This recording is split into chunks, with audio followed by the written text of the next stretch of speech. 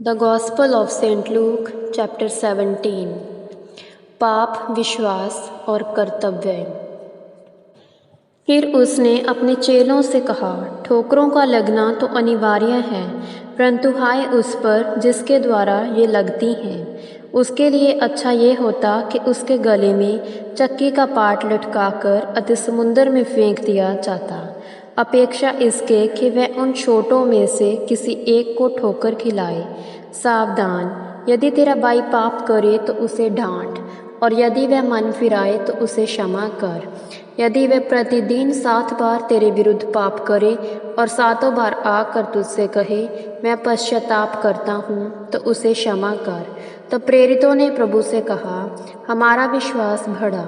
प्रभु ने कहा, यदि तुम में राई के दाने के बराबर विश्वास होता और तुम इस शहतूत के पेड़ से कहते, उखड़ कर समुद्र में लग जा, तो वह तुम्हारी मान लेता।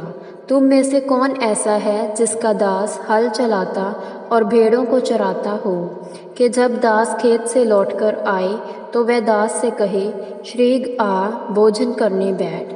क्या वह उससे नहीं कहेगा, मेरे खाने के लिए कुछ बना और साफ वस्त्र पहन, तथा जब तक मैं खा पी ना लूँ मेरी सेवा कर, तत्पश्चात तू भी खा पी लेना। आज्ञाओं का पालन करने के लिए क्या वह अपने दास को धन्यवाद देगा?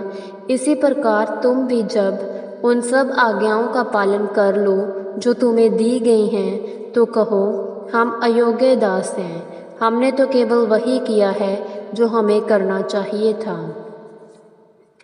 10 कुष्ठ रोगियों का चंगा किया जाना। ऐसा हुआ कि जब वह यरूशलेम को जा रहा था तो सामरिया और गलील के बीच से होकर निकला। ज्यों ही उसने किसी गांव में प्रवेश किया तो दूर खड़े 10 कुष्ठ रोगी उससे मिले। उन्होंने ऊंची आवाज़ में पुकार कर कहा, हे यीशु स्वामी, हम पर दया कर। जब उसने उन्हें देखा तो कहा, जाकर अपने आप को याजकों को दिखाओ। तब ऐसा हुआ कि जाते जाते वे शुद्ध हो गए। अब उनमें से एक ने जब देखा कि वह चंगा हो गया है, तो ऊंची आवाज़ में परमेश्वर की बड़ाई करता हुआ लौट आया और उसे धन्यवाद देते हुए मुंह के बल उसके चरणों पर गिर पड़ा। वह एक सामरी था। इस पर यीशु ने कहा, क्या 10 के 10 शुद्ध नहीं हुए थे? तो फिर वे 9 कहाँ हैं? क्या इस परदेशी के अतिरिक्त कोई नहीं रह गया जो लौटकर परमेश्वर को महिमा देता? उसने उससे कहा, उठकर चला जा, तेरे विश्वास ने तुझे चंगा किया है। परमेश्वर के राज्य का आगमन। फरीसियों द्वारा ये पूछे जाने पर कि परमेश्वर का राज्य कब आएगा, उसने उन्हें उत्तर दिया, परमेश्वर के राज्य का आगमन दृश्य रूप में नहीं होगा, ना लोग कहेंगे देखो यहाँ है या वहाँ है, क्योंकि देखो परमेश्वर का राज्य तुम्हारे मध्य है। उसने चेलों से कहा, वे दिन आएंगे जब मनुष्य के पुत्र के दिनों में से एक दिन को देखने की तुम्हें बड़ी उत्कंठा होगी और तुम उसे नहीं देखोगे। वे तुमसे कहेंगे, वहाँ देखो, यहाँ देखो, तुम चले मत जाना और ना उनके पीछे भागना, क्योंकि जिस प्रकार बिजली चमक कर आकाश के एक छोर से दूसरे छोर तक कौंधती है, उसी प्रकार मनुष्य का पुत्र भी अपने दिन में दिखाई देगा।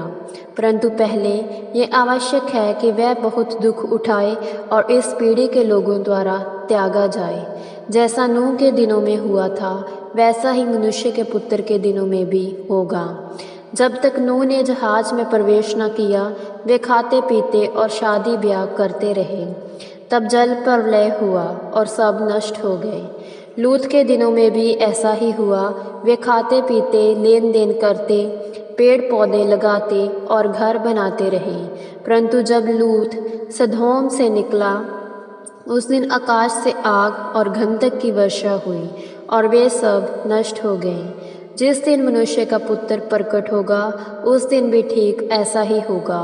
उस दिन जो छत पर हो और उसका सामान नीचे घर में हो, वह उसे लेने को ना उतरे, और इसी प्रकार वह जो खेत में हो पीछे ना लौटे। लूत की पत्नी को स्मरण करो, जो कोई अपना प्राण बचाने का प्रयत्न करता है वह उसे खोएगा, और जो कोई उसे खोएगा वह उसे जीवित रखेगा।